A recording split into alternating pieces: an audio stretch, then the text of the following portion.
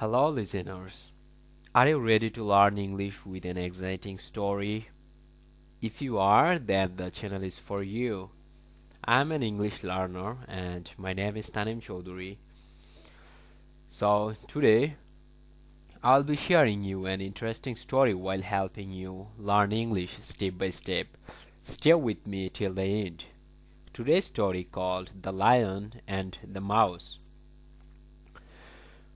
Once, when a lion, the king of the jungle, was asleep, a little mouse began running up and down on him. This soon awakened the lion, who placed his huge paw on the mouse and opened his big jaws to swallow him. "Pardon me, king," cried the little mouse. "Forgive me this time. I shall never repeat it, and I shall never forget your kindness.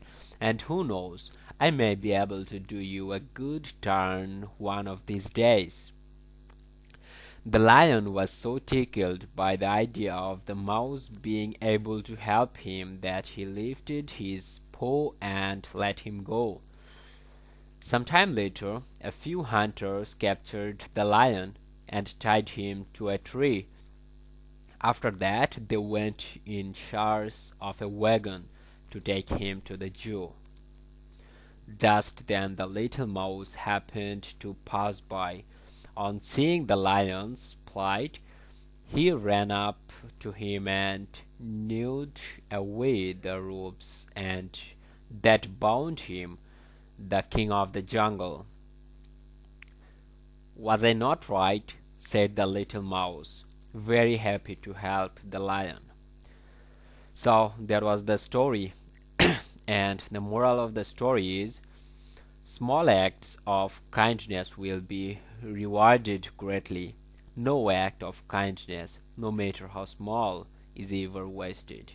It teaches us that even the smallest or seemingly weakest individuals can make a big difference there, and that kindness often returns when we least expect it.